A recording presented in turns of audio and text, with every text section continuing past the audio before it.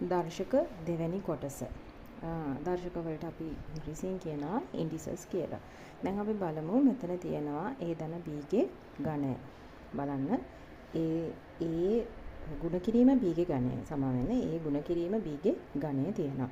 ඒ කියන්නේ දැන් අපි කලින් වීඩියෝ එකේ කතා කරා මෙන්න මෙයාව කොහොමද ප්‍රසාරණය කරගන්නේ කියලා. එතකොට මෙයා 3 සැරයක් ගුණ කිරීමේ ලකුණත් එක්ක ලියනවා. එතකොට බලන්න අපි 3 සැරයක් ලියලා තියෙනවා මෙයාව. A ගුණ කිරීම B, A ගුණ කිරීම B, A ගුණ කිරීම B විදිහට අපි 3 සැරයක් ලියලා තියෙනවා. එතකොට මේ වරහන් ඉවත් කරලා මම මෙතන ලියලා තියෙනවා A ගුණ කිරීම B ගුණ කිරීම A ගුණ කිරීම B ගුණ කිරීම A ගුණ කිරීම B විදිහට. එතකොට මෙතන තියෙනවා Aව 3ක්. මම Aව 3 එක ළඟට ගත්තා. B ඒව 3 එක ළඟට ගත්තා. එතකොට අපිට එනවා A ගුණ කිරීම A ගුණ කිරීම A, ඒ කියන්නේ A ඝනය.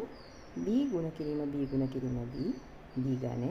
එතකොට අපිට එනවා A ඝනය ගුණ කිරීම B ඝනය. එතකොට අපිට A ගුණ කිරීම B ගේ ඝනය කියන එක ලියා ගන්න පුළුවන් A ඝනය ගුණ කිරීම B ඝනය විදිහට. හරි. ඒ වගේම අපි බලමු A වර්ගය ගුණ කිරීම B වර්ගය. එතකොට මෙතනදී A වර්ගය කිව්වහම අපිට එනවා A ගුණ කිරීම A, B වර්ගය කිව්වහම එනවා B ගුණ කිරීම B. මෙන්න මේ විදිහට.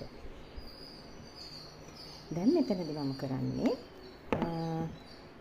මෙන්න මේ දෙන්න පෙයා කරනවා. නැත්නම් දෙන්න එකට ලියා ගන්නවා. A ගුණ කිරීම A, B ගුණ කිරීම B කියන එකෙන් මෙයාගෙන් එක එකක් ගත්තා, මෙයාගෙන් එක B එකක් ගත්තා. මෙතනටත් මෙයාගෙන් එක එකක් ගත්තා, එක B එකක් මෙයාගෙන් ගත්තා. එතකොට A ගුණ කිරීම B ගුණ කිරීම A ගුණ කිරීම B. මෙතන දැන් ඔයගලන්ට පේනවා A ගුණ කිරීම B, A ගුණ කිරීම B දෙසරයක් ලියවිලා තියෙනවා. ඒතර දර්ශක නීති වලට අනුව අපිට පුළුවන් මෙයා A ගුණ කිරීම B ගේ වර්ගයේ විදිහට ලියා ගන්න. එහෙනම් A වර්ගයේ ගුණ කිරීම B වර්ගය කියන එක නම් අපිට ලියා ගන්න පුළුවන් A ගුණ කිරීම B ගේ සම්පූර්ණ වර්ගයේ විදිහට. එතකොට මේ විදිහට තියෙන එකක් මේ විදිහට ලියන්න පුළුවන්. මේ විදිහට තියෙන එකක් මේ විදිහට ලියන්න පුළුවන්.